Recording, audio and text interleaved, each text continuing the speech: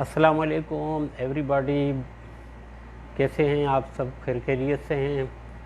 अल्लाह के फ़ज़ल से हम भी खैर खैरियत से हैं सऊदी अरब में, और आप भी खैर खैरियत से होंगे और आप सब खुश रहें, खुशहाल रहें। जो आज का हमारा टॉपिक है वो डिस्कस है हमारा गल्फ़ कंट्रीज़ के। जो भी गल्फ़ कंट्रीज़ के अंदर डॉक्टर यहाँ ओवरसीज़ आते हैं उनको यहाँ प्रोफेशनल लेवल का एग्ज़ाम देना पड़ता है। अब अबू धाबी ने भी DHO के लिए रिक्वायरमेंट मांगी है, काफ़ी डॉक्टर्स वहाँ अप्लाई कर रहे हैं। तो आप सबसे पहले यही है कि आप अपने डॉक्यूमेंट्स जितने भी हैं और लास्ट एक्सपीरियंस, आपका प्रोफेशनल डिग्री, आपका health licence, good stand certificate, आप बिल्कुल डेटा फ्लो के थ्रू वेरीफाई करवा सकते हैं अपने डॉक्यूमेंट्स। मेन चीज़ यही है कि जितने भी गल्फ़ कंट्रीज हैं उनके लिए वेरिफिकेशन ज़रूरी है, उसके बग़ैर आप इंटर नहीं हो सकते एग्ज़ाम की एलिजिबिलिटी के लिए। तो हमारा टॉपिक आज यही है कि गल्फ़ कंट्रीज़ के अंदर आप कैसे मेडिकल लाइसेंस क्लियर के बाद यहाँ जॉब कर सकते हैं। और यहाँ जॉब अपॉर्चुनिटी ज़्यादातर सऊदी अरब के अंदर है। ज़्यादातर जनरल प्रैक्टिशनर के लिए 10,000 है रियाल देते हैं वो एवरी डॉक्टर्स, और अकोमोडेशन 1,000 रियाल, और साथ में पिक एंड ड्रॉप के लिए भी आपको 1,000 रियाल वो पे करते हैं। तो टोटल बना के ये 12,000 सऊदी रियाल बनते हैं। तो उसके लिए आपको SMLE एग्ज़ाम देना पड़ता है यहाँ। SMLE का प्रॉपर तरीका यही है कि आप जब सऊदी अरब के अंदर इंटर होते हैं तो आप सबसे बेहतर है, हाय अली कैरियो, थैंक यू। काफ़ी मेरे दोस्त ज्वाइन कर रहे हैं और मैं उनको यही मशवरा दूंगा, जितने भी मेरे डॉक्टर कम्युनिटी है तो ख़ास तौर पे जो गल्फ़ के अंदर आना चाहते हैं, आप किसी भी एजेंट के थ्रू यहाँ अप्लाई नहीं करें। आजकल ऑनलाइन सिस्टम में हर हॉस्पिटल ने अपनी वैकेंसियाँ अपनी वेबसाइट पे छोड़ी हुई हैं। तो आप सबसे पहले है कि उनका लाइसेंस एग्ज़ाम अपने कंट्री से दे के फिर आएँ, उसके बिना आप यहाँ इंटर नहीं हो सकते। मेन चीज़ यही है।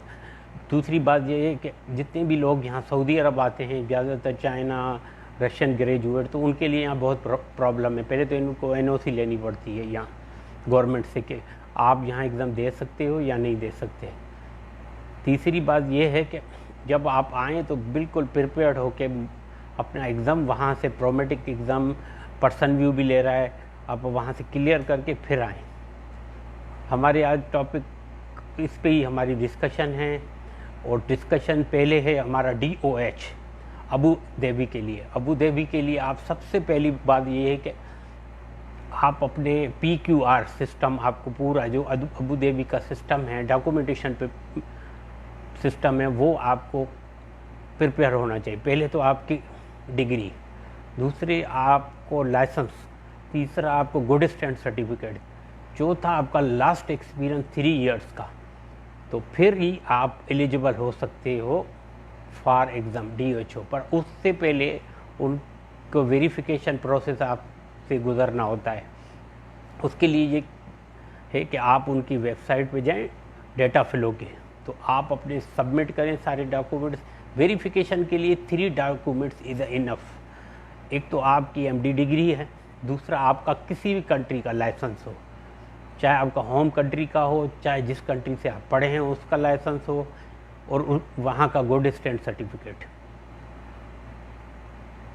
तीसरा है आपका सबसे बेहतर लास्ट एक्सपीरियंस 3 इयर्स का।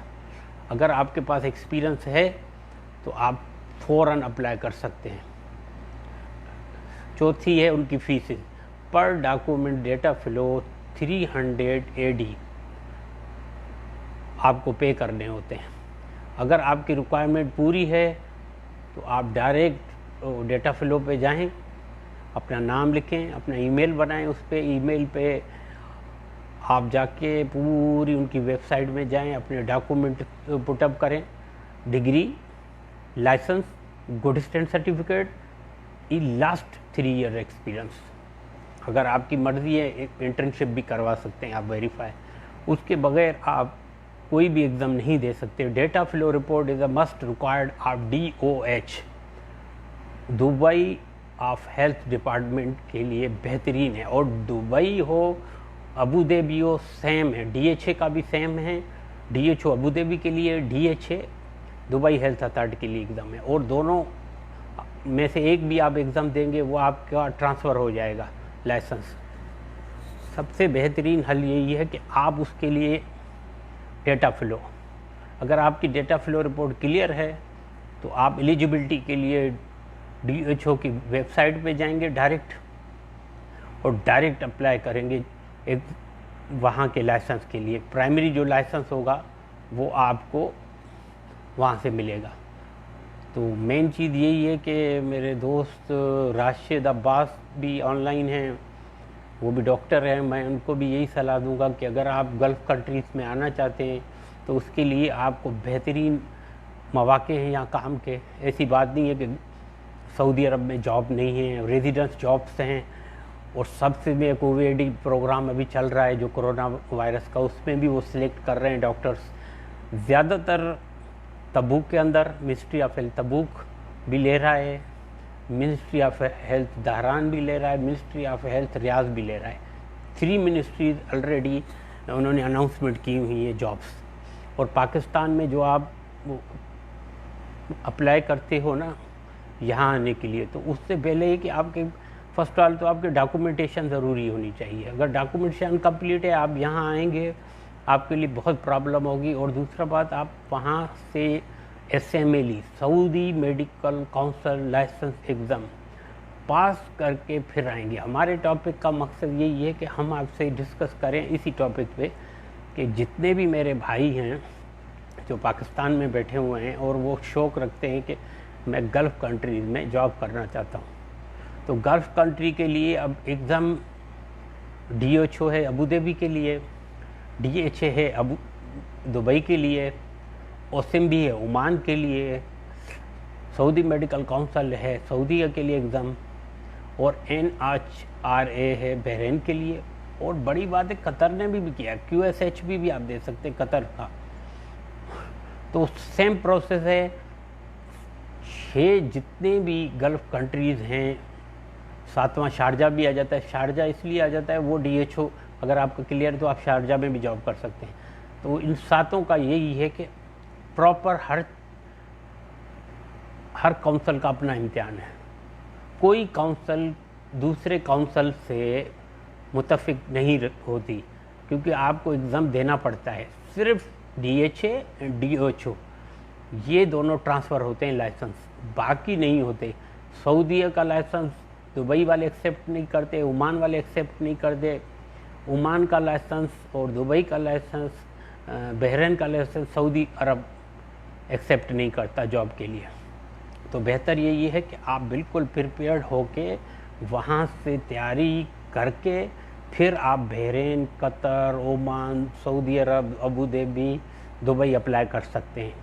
पर उनके लिए आपको मैं पहले ही बता चुका हूँ कि आपकी वेरिफिकेशन डॉक्यूमेंट्स मस्ट रिक्वायर्ड है। Data flow, data flow is collect of all documents, जो भी आपके ऑल डॉक्यूमेंट्स है वो आप कलेक्ट करेंगे। उसमें से 5 डॉक्यूमेंट्स या 4 डॉक्यूमेंट्स आप वेरीफाई करवा सकते हैं जो PQR गल्फ़ की कैटेगरी है वेरिफिकेशन की।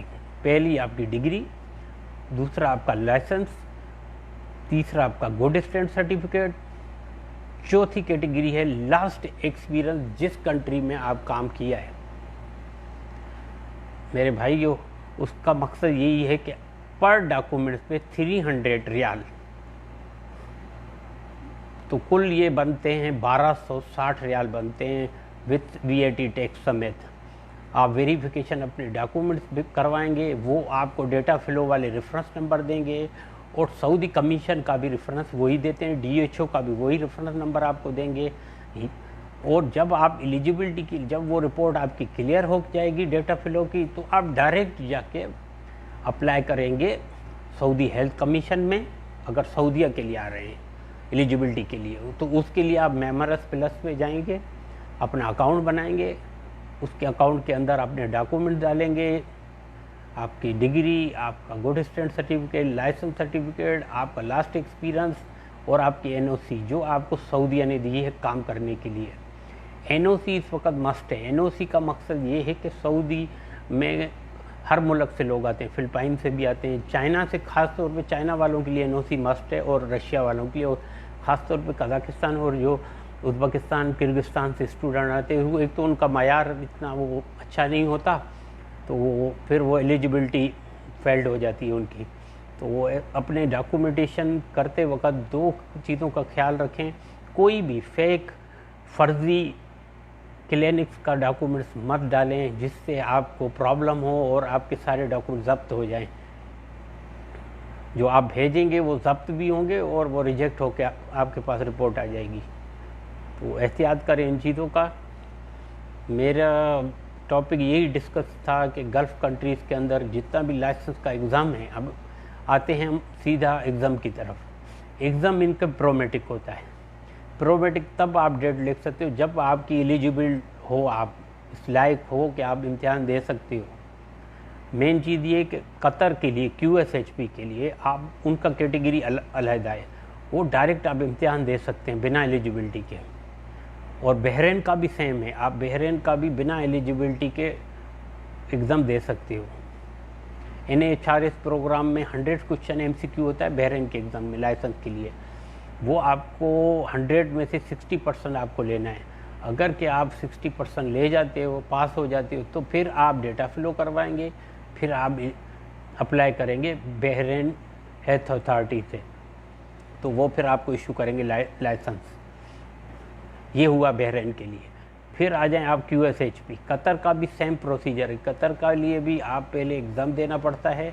अगर आपका एग्ज़ाम पास हो जाता है, 60% है जनरल प्रैक्टिशनर के लिए, स्पेशलिटी के लिए 70% है, और मेरे भाई सबसे ज़्यादा है स्पेशलिटी के लिए। कंसल्टेंसी जो है वो 80 है, और रजिस्ट्रार, सीनियर रजिस्ट्रार 70% है। उसमें से 100 क्वेश्चन है, 100 में से आप 60% आप जनरल प्रैक्टिशनर अगर आप पास कर जाते हैं तो वो आपको एलिजिबल कर देते हैं लाइसेंस देने के लिए। पर मेन चीज़ यही है कि अब जब आप इम्तिहान दें तो उसकी प्रिपरेशन मस्ट है। प्रिपरेशन आप बुक्स, ये कि आप कोई भी USMLE की CK1, CK2 से आप पहले तो अपनी थ्योरी अच्छी करें।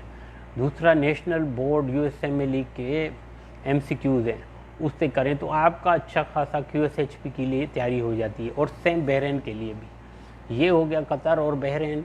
अब आते हैं हम ओमान की तरफ। ओमान के लिए आपको बेहतर यही है कि हल यही है कि पहले आप ओमान के लिए PQRS क्लियर करेंगे। PQRS में आपके डॉक्यूमेंटेशन है, वही डेटा फ्लो है, सेम प्रोसीजर है जो मैं आपको पहले बता चुका हूँ। उसके लिए डिग्री है, आपका लाइसेंस है, आपका गुड स्टैंड सर्टिफिकेट और लास्ट एक्सपीरियंस। ये चारों डॉक्यूमेंट आपने हर सूरत वेरिफिकेशन करवाने, मगर डेटा फ्लो के थ्रू। हाँ, क्योंकि गल्फ़ के अंदर जो भी वेरिफिकेशन करता है वो डेटा फ्लो करता है। ये कंपनी है, बहुत बड़ी GCS कंपनी है। वो आपके इंस्टीट्यूशन को डॉक्यूमेंट्स भेजते हैं, वेरीफाई करते हैं, आपके काउंसिल को भेजते हैं, वेरीफाई करते हैं। जहाँ से आपने हॉस्पिटल का एक्सपीरियंस लिया है वहाँ से वेरीफाई होगा। और गुड स्टैंड सर्टिफिकेट तो मस्ट रिक्वायर्ड, उसके बगैर तो आप सवाल ही नहीं पैदा होता PQR आपका पूरा हो, पर रिक्वायरमेंट डॉक्यूमेंट्स आपके पूरे हों। तो ये है। और दूसरी OSMB के लिए मुश्किलात ये है कि 150 क्वेश्चन हैं जनरल प्रैक्टिशनर के लिए, उसमें से 60% आपको लेना है। जो अभी न्यू जो रूल्स आया है उसके लिए 150 क्वेश्चन है। पहले जो पुराना था उसके लिए 100 क्वेश्चन थे स्टूडेंट के लिए, तो उसमें आप 60% ले आएँ। और जर्नल के बाद अब आप आ जाएँ स्पेशलिटी की। स्पेशलिटी के लिए 70% चाहिए। जब तक आप OSMB एग्ज़ाम क्लियर करते हैं, पूरा आपका प्रोसेस क्लियर है, आपको एलिजिबिलिटी मिलती है, फिर then will be start your examination date for the Prometric. फिर आप प्रोमेटिक की डेट लेते हो इम्तिहान की। पहले तो आप डॉक्यूमेंटेशन पूरी करते हैं, डेटा फ्लो रिपोर्ट भेजेंगे, वो अपडेट होगी, डॉक्यूमेंट्स आप भेजेंगे OSMB को, वो अपडेट होंगे। अब आ जाएं इसके बाद, अब सबसे अहम है SMLE सऊदी मेडिकल काउंसिल ने अपना 2 साल से एग्ज़ाम का पैटर्न चेंज किया है। और इधर है 3 आवर्स के पेपर हैं और मुख्तलिफ बेसिक नॉलेज के लिए है पहला, बेसिक नॉलेज साइंस के लिए पहला पेपर, दूसरा क्लिनिकल अप्रोच है, तीसरा डिफरेंशियल डायग्नोसिस के लिए पेपर है। तो ये आप एकदम तीनों पेपर एक दिन में भी दे सकते हैं और स्टेज बाय स्टेज भी दे सकते हैं। जब तक आप ये पेपर तीनों पास नहीं करते, भले आपके पास सऊदी की एलिजिबिलिटी हो, आप सऊदी में काम नहीं कर सकते। सऊदीया में की एलिजिबिलिटी के लिए भी वही प्रोसेस है, पहले आप डेटा फ्लो वेरिफिकेशन करवाएंगे, वही डॉक्यूमेंट्स सेम प्रोसीजर है, degree, last experience, licence and good stand certificate. और उसके लिए एलिजिबिलिटी जो फ़ीस है वो 1100 रियाल है।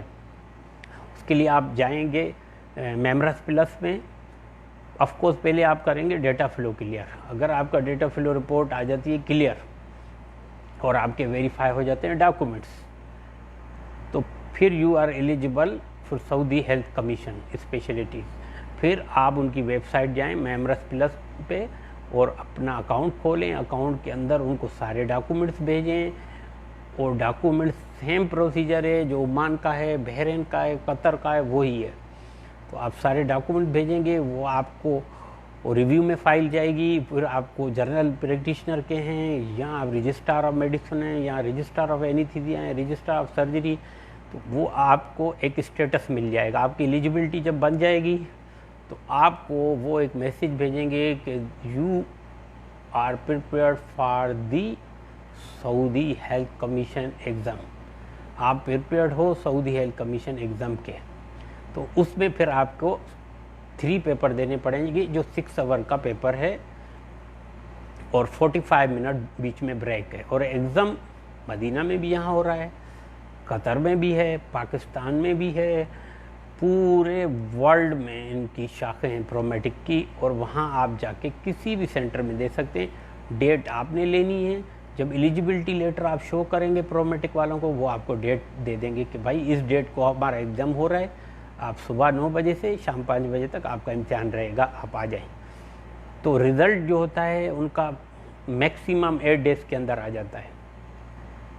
मेरे भाई यही है सारा प्रोसीजर। हमारा टॉपिक है डिस्कस आज का लाइसेंस का।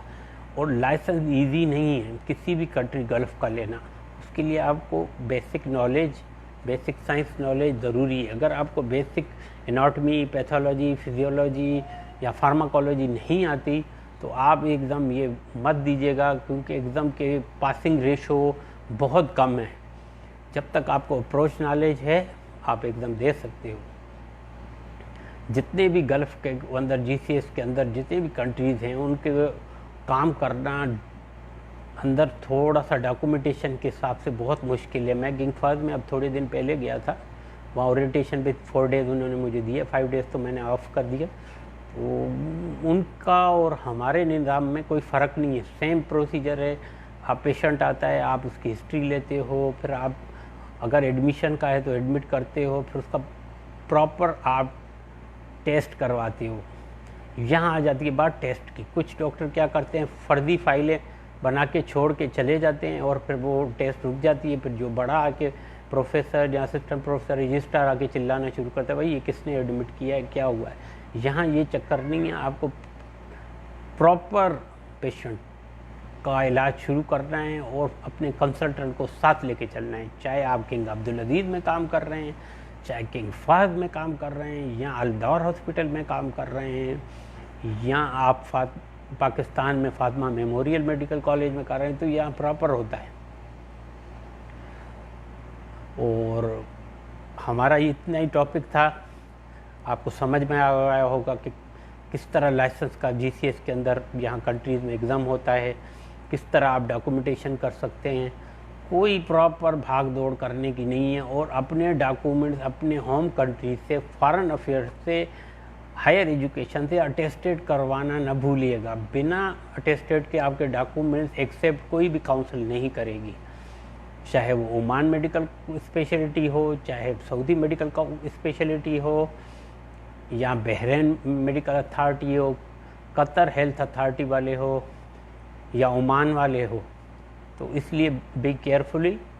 मेरे दोस्तों से यही मेरा है कि मेरे जितने भी डॉक्टर हैं, मैं कहता हूँ सऊदी आएँ, काम करें और यहाँ से पैसा बना के अपने मुल्क में जाके लगाएं। ये नहीं कि यहाँ से पैसा कमाया आप यहाँ से फिर चले गए कनाडा, चले गए अमेरिका, चले गए आप दूसरे कंट्रियों में। इस वक्त कोविड-19 का जो वो झमेला चल रहा है, तो उसके लिए यही है कि इस वक्त सऊदी डॉक्टर अपॉइंट कर रहा है, पर इंटरनली बहुत मुश्किल से हो रहे हैं। मैं इंटरव्यू दिया था अभी किंग फहद में, तो मैंने देखा तो वहाँ कम से कम सऊदी डॉक्टर्स थे और उन्होंने मुझे कहा कि ठीक है इंशाल्लाह, थैंक यू, आपका हो गया है, हमने ये एप्लीकेशन आपकी फॉरवर्ड कर दी है मिनिस्ट्री को, जैसे भी हम आपको कॉल करेंगे और आपको जॉब देंगे। और मसला ये है कि जॉब के लिए आपका कॉन्फिडेंस, इमरजेंसी पेशेंट की जो डीलिंग है वो अगर आपको आती है तो नॉट एट ऑल आपको जॉब का कोई मसला नहीं है। बाकी रही दुबई के अंदर, अब दुबई के अंदर भी उनको कोविड प्रोग्राम में डॉक्टर चाहिए। कोरोना वायरस जो प्रोग्राम हेल्थ अथॉरिटी ने अभी वो लाइसेंस दे रहे हैं, प्रोफेशनल लाइसेंस। वो ये है कि आपकी एलिजिबिलिटी मस्ट बनी हो। अगर आपकी एलिजिबिलिटी DHA में नहीं बनी, न आपके डॉक्यूमेंट्स अटेस्टेड हो, तो प्लीज़ आप अप्लाई नहीं करिएगा, वो वेस्ट ऑफ टाइम होगा। तो मेन चीज़ है अपने डॉक्यूमेंट्स डेटा फ्लो के थ्रू फ़ौरन वेरीफाई करवाएं।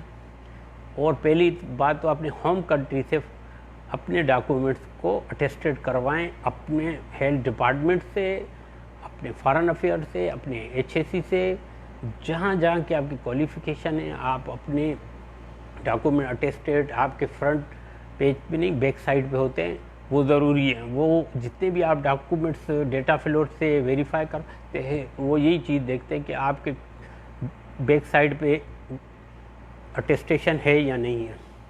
और फीस मैं आपको बताऊं, 300 दरहम है, 300 रियाल है पर डॉक्यूमेंट्स की फ़ीस। और DHO बहुत अच्छा प्रोसीजर दे रहा है इस वक्त, एकदम बहुत इजी है, इतना कोई कॉम्प्लिकेटेड पेपर नहीं आता। 150 क्वेश्चन आते हैं, 75 आपको क्लियर करने हैं, और बेसिक नॉलेज आपकी मेन चीज़ करती है। और दूसरी बात ये है कि जब भी आप तैयारी करें तो ये बुक है USMLE CK2, इसके अंदर क्लिनिकली पूरे क्वेश्चन हैं, तो इससे आप बाकायदे CK2 से तैयारी कर सकते हैं।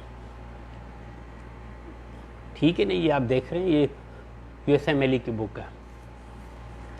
ये चीज़ें आपके माइंड में, इसलिए मैं बार बार दोहरा रहा हूँ कि प्रिपरेशन के लिए आपके पास क्लिनिकल अप्रोच नॉलेज ज़रूरी। कोई भी किसी भी स्पेशलिटी में जब आप यहाँ आते हैं, एग्ज़ाम देते हैं, तो आप घबराएं नहीं।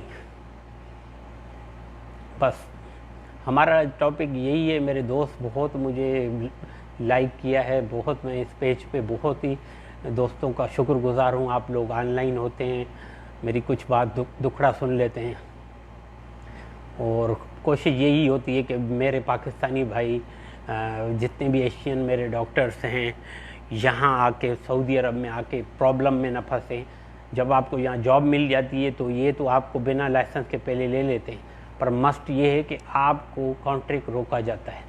1 महीना 2 महीने आपको काम दे देंगे, बाद में आपका कॉन्ट्रैक्ट लेटर स्टक कर देंगे, आपकी सैलरी स्टक हो जाएगी, आपके जो बाल बच्चे जो आप लेके आते हैं वो बेचारे प्रॉब्लम में आ जाते हैं। तो खुदा रहा वहाँ से पूरी profile documentation, data flow reports, verification, फिर आप मेंबर्स के थ्रू अप्लाई करें, एलिजिबिलिटी लें, फिर then will be exam pass करें, फिर आ जाएं सऊदी अरब। बिना एग्ज़ाम पास किए हुए आप सऊदी अरब नहीं आए, मैं आपको रोकता हूँ। किसी भी गल्फ़ कंट्री में बिना इम्तिहान पास हुए नहीं जाइएगा। जितने भी GCS के कंट्री हैं, मेडिकल काउंसिल ज़रूरी है, उसके बगैर, इम्तिहान के बगैर आप जा नहीं सकती। अब SMLE सऊदी के लिए हमारे पास 13-14 ग्लोरीज क्वेश्चंस हैं, वो मैं अपने ऐप पे सऊदी हेल्थ अथॉरिटी का जो मैंने ग्रुप बनाया उसमें मैं दूँगा, और इंशाल्लाह मैं अपने पेज पे भी आपको मुहैया करूँगा जितने भी क्वेश्चन हैं। पर जनरल प्रैक्टिशनर के लिए यहाँ एग्ज़ाम थोड़ा डिफ़िकल्ट है। जिनके पास ब्रॉड नॉलेज है और बहुत इफ़िशेंट डॉक्टर्स हैं सब, यहाँ हमारे पास जो मेडिसिन के डॉक्टर हैं वो तो अल्लाह का शुक्र है बहुत इंटेलिजेंट है सऊदीया के अंदर। वो बहुत एंडोस्कोपी भी यहाँ कर लेते हैं, उनको फ्री हैंड काम दिया जाता है। किंग फाहद में, किंग अब्दुल अजीज़ हॉस्पिटल में, किंग फैसल भी लॉन्च हुआ है, पर किंग फैसल के अंदर ज़्यादातर सऊदी हैं। आर्मी फोर्सेस भी हॉस्पिटल है। अब अपॉर्चुनिटी बहुत है सऊदीया में, पर आपको टॉलरेट करके रहना पड़ता है। पर दूसरी तीसरी बात ये आपके स्कूल के बच्चों का मसला होता है कि आप ऐसे शहर में आते हो जहाँ स्कूल भी नहीं होते, तो ये भी चीज़ ध्यान में रखिएगा। तो इंशाल्लाह फिर मुलाकात होगी किसी और नए टॉपिक के साथ। मैं अगली बार आपके लिए नया टॉपिक लेके आ रहा हूँ, MRCP आइलैंड। वो भी बहुत क्रूशल है, बहुत एनर्जेटिक लोग MRCP आइलैंड क्लियर करते हैं। उसके लिए भी जनरल नॉलेज आपके पास ब्रॉड होनी चाहिए। जितनी आपकी नॉलेज होगी उतना आपको फ़ायदा होगा। तो मुझे दीजिए इजाज़त, इंशाल्लाह फिर अगली वीडियो में मैं आपके साथ लाइव हाज़िर हूँगा MRCP आइलैंड के लिए। मैं खुद वहाँ का मेंबर हूँ माशाल्लाह। अल्लाह ने मुझे, अपनी माँ की दुआएं हैं, मेरे बाबा की दुआएं हैं, मेरे वालिद ने मेरे लिए दुआएं बहुत की हैं। तो इंशाल्लाह मेरा अगला ये भी आगे कंटिन्यू करने का है सऊदी अरब के अंदर, क्योंकि जिस तरह का कोरोना का वबा फैली हुई है, मैं नहीं चाहता कि मैं मूव हो जाऊँ पाकिस्तान। तो आप सबकी दुआएं हैं। इंशाल्लाह फिर अगली वीडियो में हाज़िर होंगे। अस्सलाम वालेकुम।